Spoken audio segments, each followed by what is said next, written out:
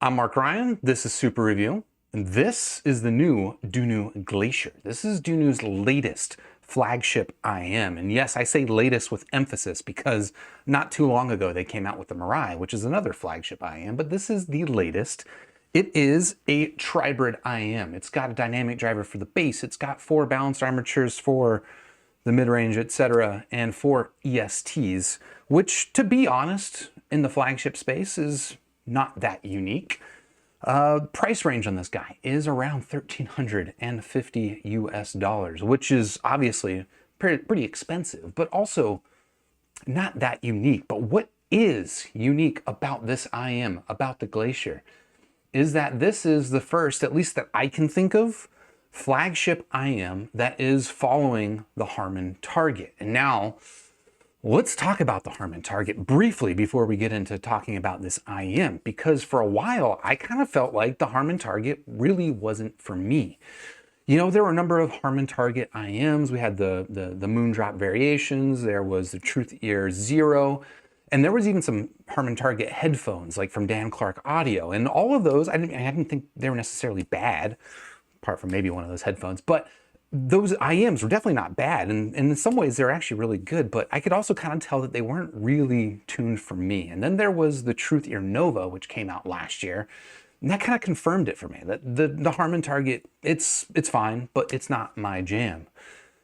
And then the binary cross Giz Audio Chopin came out, and frankly that kind of confused me because that was also Harman target, and well, I like that one a lot.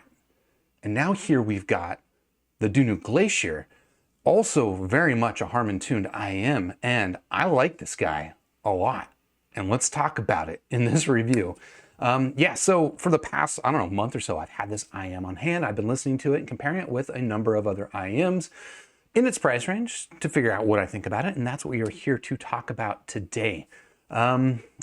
Yeah, anything I need to say up front? I mean, shout out to Dunu for sending this guy in for review. If you want to check out the Glacier, of course, I've got it linked in the description down below. But what we're going to do is we're going to talk about the physical aspects of this IM. We'll talk about the sound, what I like about it, what maybe I don't love about it. And then we'll compare it with some of those other IMs in its price range, let you guys know, is it something you should be interested in? And I'll just say up front, I like this guy, so maybe you should be interested. But I'm getting a little bit ahead of myself. Let's stay on the table and let's just talk about the physical stuff. First of all, what comes inside the box.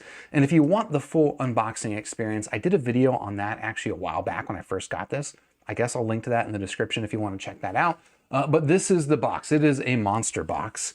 And as you might expect for $1,300 IM, it comes with a monster set of accessories. I mean, Dunu's always pretty good with the accessories, so frankly, no surprise there. It comes with this little carry case, which, okay, maybe calling it a little carry case is a misnomer. This thing's a little bit on the large side, a little bit on the strange side, if I'm honest. I don't love this. I think it's fine. It's certainly made of nice materials and it feels nice, but I don't know.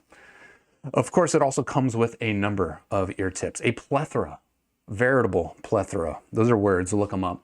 Of ear tips, which again, Dunu is pretty known for, but it comes with their candy ear tips on this little metal placard.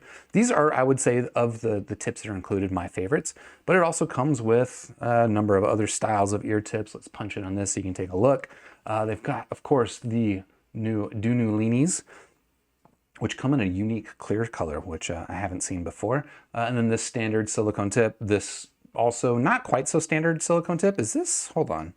Yeah, this one might not be one that's included in the box. I apologize. But anyway, there is one other ear tip that is included. I think there's a foam ear tip, but the point is there's a lot of ear tips included. And well, frankly, I'm not using any of them, but that's okay. They're fine ear tips. There's nothing wrong with them. Just generally, my recommendation is when you get a new IM, try a bunch of different ear tips. Find out what fits your ear the best, and it might be the stock ones. And here, it's good that Dunu includes a ton of different styles for you to find out, but it might not end up being the stock ones, and that's okay. Okay, that's the tips, that's the case. What else do we have? Well, let's talk about this cable. We'll start talking about the build quality on this guy, and we will start with this cable. In fact, I'm gonna move this box out of the way and these accessories because they are large, and I need a lot of room to show you this really quite nice cable. it's quite nice. Now, Dunu always does really nice cables, and as you can see, the behavior on this guy is very solid. It is a little bit on the thicker side compared to some of their other cables, and you can see it's basically a cloth-covered single wire cable. There's no braid or anything like that, but the cloth covering, I guess you could describe as like somewhat braided. But yeah, this is just kind of like a simple stripped back looking cable that honestly feels really, really quite nice in the hand. It's a little bit on the heavyweight side. If you don't like a heavyweight cable, you might not end up liking this. I think it actually balances really well with the earphones themselves, which we'll talk about in a little bit, but they are also quite heavyweight. So it's nice to have a heavyweight cable to go with it. Now, I would be remiss to discuss a Dunu cable without mentioning the fact that they've got these swappable terminations. They kind of pioneered this. They still have, I think, one of the better mechanisms for swapping the terminations, but basically that means that you can make this a standard 3.5 millimeter cable, like I've got it right now, or you can put this little tip on it and make it a balanced cable. I'm personally a bigger fan of 3.5, so that's what I left it with, but if you prefer to have 4.4, well, you get both in the box, and that's pretty cool. The Y split is nice, and it's a little bit on the chunky side, but not in a way that I mind at all. This is just really well machined. You do have a chin cinch, which is quasi-useful. It does, I don't know, I find that it does slide it around a little bit. It doesn't stay in place, except for when I'm using it. So it is useful in that sense, but I wouldn't mind if this thing stayed in place. So there's a little bit more friction, Dunu, next time. And then other than that, it terminates in pre-curved ear hooks, which is standard. And these are MMCX connectors, which Dunu kind of goes back and forth between MMCX and 2-pin. Personally, I don't know, I don't have a strong preference either way. I think that it works quite well here on these IMs. But yeah, the one thing I will say about this cable, probably the only thing, I mean, there are a couple like nitpicks, I guess I just mentioned, but the only thing that kind of does bother me about this cable, and I'll demonstrate this when I do a fit in a little bit, is just that these ear hooks, I don't know if it's because they're a little bit on the loose side, they're a little bit big, maybe the IM is a little bit large, but basically the ear hook just has a tendency to fall off of my ear quite a bit, unless I use the chin cinch. If I use the chin cinch, I can tighten it up and hold it in place pretty well. But if I'm, doing something like sleeping, for example, these things the ear hooks don't stay behind my ears, which is somewhat of a problem, but maybe a little bit of a first word problem. Okay, let's talk about the earpieces themselves now. These things are, in my opinion, one of the best looking IMs out there. In fact, okay, the price on this thing, obviously not cheap, $1,350. And in that range, like honestly, like most IMs kind of look the same, after a point. If you start looking at most IMs and you try to justify the price based on the look or the materials, you might be scratching your head and trying to understand, like, why does this IM cost this much? The Glacier, I think, is an IM that actually looks and feels like an IM worth its cost. Okay, and a lot of that just comes down to just this really nice stainless steel shells that are, as I mentioned, they're quite dense and quite heavy, which can be a good thing or a bad thing, but I think in terms of making it feel expensive, these things definitely feel expensive. In fact, let me look this up just to make sure I get the number right, because I'm not a watch guy. If you're a watch guy, this might mean something to you, but these things are made out of 904L stainless steel, which I'm told is a nice stainless steel. I don't know anything about stainless steels, except to say that these things look beautiful. As you can see, they are quite fingerprint prone, and this is the first time I've seen them under this magnification since I unboxed them. Let me see how these things have held up to scratches. You can see there's a couple of little scratches on there, so definitely, I mean, stainless steel is not the hardest metal out there, but these still look pretty stinking polished. Versus, and I've been using these things pretty heavily for the past month or so. So, all right, there you go. I think, again, aesthetically, I love the way these things look. I love all the light reflections and all the way they bend it. It's just like this, it's beautiful. And if you don't like this, I guess I get it. Some people have said that maybe it just looks a little bit plain, but maybe they haven't seen it in motion the way that I'm demonstrating it here and the way that you will see it in person when you're handling these things. I think, frankly, it is just a beautiful, beautiful IM. Let's talk now about fit though, because, well, big heavy metal shells, maybe not necessarily the best thing in the world when it comes to fit. But generally, I think these things actually fit better than I was afraid of when I first saw them. They are on the large side for sure. But as you can see, the molding on them is pretty aggressive. maybe even a little bit too aggressive. You know, the downside or maybe the upside of having an aggressive mold like this is that it's going to lock into your ear canal or your ear concha. And just kind of, you know, drop into the folds of the ear and stay in place really well. And that's important, not just normally for an IM, but especially for an IM that's heavy like this. The downside of having pretty aggressive molding is that it is just opinionated. And if your particular ear doesn't match the folds of this, it might not be that comfortable. I will say for me, I generally find this to be comfortable-ish. For the most part. If I'm just like sitting around the house, walking around, I have no issues with the comfort of these things. This back fin can be a little bit on the aggressive side, but I only really feel that if I'm lying down. And that, well, comes into play when I'm sleeping, and I do sleep in IMs, that's right. And that is to say, this is probably not the best sleeping IM because of that, partly because of the aggressive ear hooks, but also partly because of the, partly because of the aggressive ear fin, and then partly also because of the loose and floppy ear hooks, which I promised I would demonstrate, and I guess I will show you here now, right? So this is the looseness of the ear hook that I was mentioning. But otherwise, you see this thing in my ear, it probably looks a little bit smaller in my ear than you might have thought. And honestly, like this thing does, I would say this fits like a medium-large earphone, but not like a super large earphone, right? Something like the Thea Audio Monarch, for me, is much less comfortable than something like this. Yes, it is heavy, but again, those little aggressive moldings will lock into my ear at least really, really well, and they hold it in place. I think, again, if this ear hook was a little bit tighter, and I have tried shaping it with a hairdryer unsuccessfully, I would say, but if these ear hooks held just a little bit tighter against the back of my ear, I'd really have no issues with the stability on this IM. Yeah, generally pretty good in terms of long-term fit and comfort, unless you're lying down, which I know most people probably not lying down with their IMs. All right. Anything else to talk about in fit and build quality? I don't think so. Just again, to reiterate that this is one of the few IMs that I feel like looks and feels like an IM worth its $1,000 plus price point. Now, I'm not saying that it's necessarily worth $1,000, like that's going to be up to you, but this thing feels like something that would be expensive. Okay, let's just say it that way. All right, so that is all I got to say about the build quality on this guy. Let's dive in and now talk about the sound here on the Dunu Glacier. And I've kind of already alluded to this. The tuning on this is very much following the Harman target. And the Harman target, specifically when it comes to in-ear IMs, is a little bit on the controversial side. Again, I mentioned that for a while I felt like I respected the Harman target. You know, I understood what they were going after, and I felt like it was generally pretty successful, but wasn't necessarily for me. And what I mean by the Harman target in general, okay, just kind of like a summary of what I mean. In fact, I did a video recently talking about the Harman target, if you want to know kind of like how I define Harman.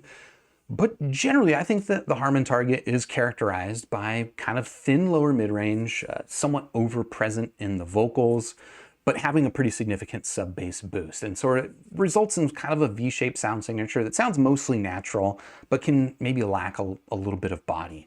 And despite having somewhat of a bass boost, I feel like the Harman target consistently, in my experience, just has pretty unsatisfying bass. But some of those things are not things I would really describe of the Glacier. So let's dive into it, all right? I think that for sure, the tuning on this guy is on the contrasty side, all right? When I say a V-shaped sound signature, that's kind of what I'm talking about, is that it's contrasty. You have emphasis in the treble, you've got emphasis in the bass. The mid-range ends up becoming not quite the focus. And I think that that is still true here of the Glacier. But that lack of body, that thinness that I was concerned about with a lot of other Harman target things, the Glacier does not have that problem. In fact, the Chopin, I think, does a really good job of not having that problem as well. But the Glacier especially does not have that problem. This thing has extra bass versus your typical Harman tuned IM, and I have a feeling what that is doing in terms of perception of the rest of the sound signatures, it really is just filling out the rest of the sound. This thing does not sound thin and anemic at all. In fact, I would say the bass on this guy is really pretty satisfying. We'll talk a little bit more about the bass in a bit. Still staying on the tuning though, the treble on this guy is, okay, it's definitely It's definitely forward in sort of like the presence region, which adds, again, that bit of contrast to vocals and stuff like that. But it's never sharp or strident. In fact, this is some of the smoothest treble I've heard in an IEM. It's just, yeah, again, it's definitely a present treble performance, but I don't think anyone's really gonna have issues with this thing being uncomfortable to listen to or sibilant at all. Like the execution is, in my opinion, pretty outstanding, to be honest. And yeah, I would just say tuning wise, I think this thing is kind of like the best of what Harman promises, which is to have a sound that sounds mostly neutral, or mostly natural, at least to most people, while having just a nice bass boost that's not going to upset audiophiles, right? The natural with a lot of bass might be, let's say the Beats by Dre is like kind of the traditional, that's the consumer bassy sound, which even that I think consumers don't necessarily love. But let's say that's kind of like the stereotype. I think the Harman tune tries to give you that bass that's satisfying without it being muddy or overly thick and soupy. And I think that's what Harman Target is trying to do. And I feel like the Glacier, kind of rare amongst IMs, it does that. It does it. It gives you that bass boost, but it also keeps it nice and clean. And just a lot of fun. All right, let's talk about now the technical performance, all right? And I guess I'll keep this a little bit brief, but generally I would describe the Glacier as a generally smooth sounding IM. It's very refined and frankly doesn't really have any obvious weak points. The imaging on this guy is quite good. Is it the best imaging? Not necessarily, but I think for the price range, it's absolutely competitive. It's maybe not going to present the widest sort of imaging, in terms of, just the width of the soundstage. But what it does give you really is a really strong sense of depth. And a lot of that I think I'm attributing to the bass. And that bass really is just quite excellent here on the Dunu Glacier. It's big, it's impactful, it digs nice and deep. And like I was kind of mentioning with the Harman Target, it doesn't bleed into the mid-range at all. It is very well separated, zero bloom, and just generally it's really well textured bass, really satisfying. Honestly, my only critique of the sound on this guy, just overall, is that it's a little bit more contrasty than nuanced. Which is to say, if you're a mid-range fan like me, this is not necessarily tuned for you, and that's okay. All right, this is just kind of like a balanced, fun, bassy set that is frankly really quite satisfying in its own right. But if you're looking specifically for sort of that micro contrast and nuance and things like vocals, well, that is not necessarily where this thing excels. It's okay in that region, but it's just not excellent. So those are my general thoughts here on the Dunu Glacier sound. But like I mentioned, we are going to compare this head to head to some other IMs in its price range, and of course, at around, a little over $1,000, you got to bring in the 64 Audio U4S. Comparison wise, I would say that signature wise, this thing is kind of a balanced, warm sound signature, similar to this, but less contrasty than the Glacier. Okay, I would say that this ends up sounding, the U4S ends up sounding a little bit more laid back, a little bit warmer, a little bit more mid-range focus.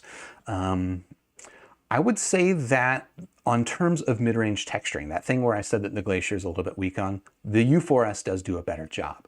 In terms of image separation, and again, sort of that 3D sense, I do think that the Glacier does the better job. This is the more distinctly separated instruments, and positional sort of cues.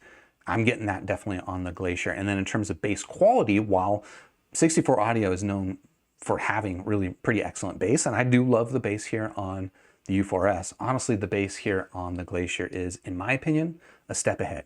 Partly because it's more isolated, it's better separated from the rest of the soundstage, but I think it also just like, it digs deeper. It's got more of that, just that kind of liquid texture to it that, this does a pretty nice job of the impact, but the bass on this guy, I like this. So which of these two do I prefer? It's kind of going to depend on my mood.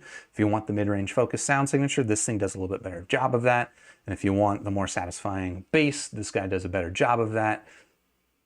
They're both really good, I'll be honest. All right, so sorry, that's a bit of a cop-out, but that is nonetheless the truth. And then here is Dunu's Mirai. This is the other flagship Dunu that recently came out that I alluded to earlier.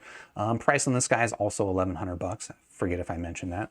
U4S, $1,100, but the Mirai also $1,100, so a little bit cheaper than the Glacier, but once you're past $1,000, it's kind of a moot point, frankly.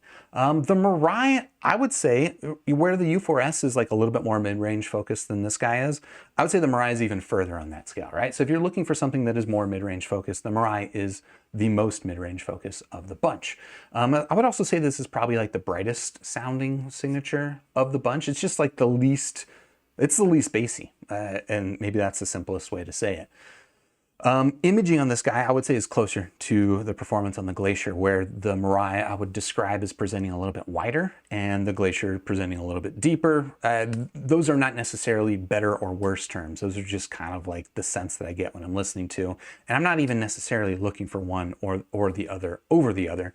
But if you're looking for something in particular, well, those are the things that stand out to me. And I think a lot of that depth, again, traces back to the excellent bass performance here on the Glacier. Now, the bass is no slouch here on the Mirai. It's just not quite as satisfying, and again, just like visceral as the bass is here on the Glacier.